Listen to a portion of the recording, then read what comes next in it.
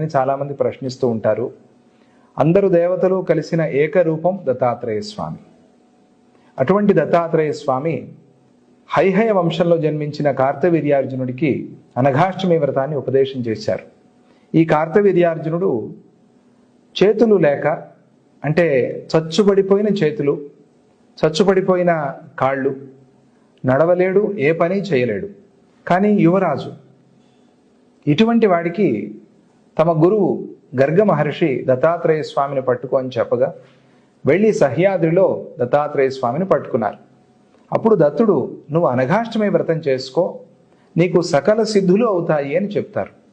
కార్తవీర్యార్జునుడు వెళ్ళి ఆ దత్తస్వామిని సేవ చేసుకుని అనఘాష్టమి వ్రతం చేసుకుని సిద్ధులు పొంది సహస్ర బాహువయ్యాడు. 1000 చేతులు వచ్చాయి.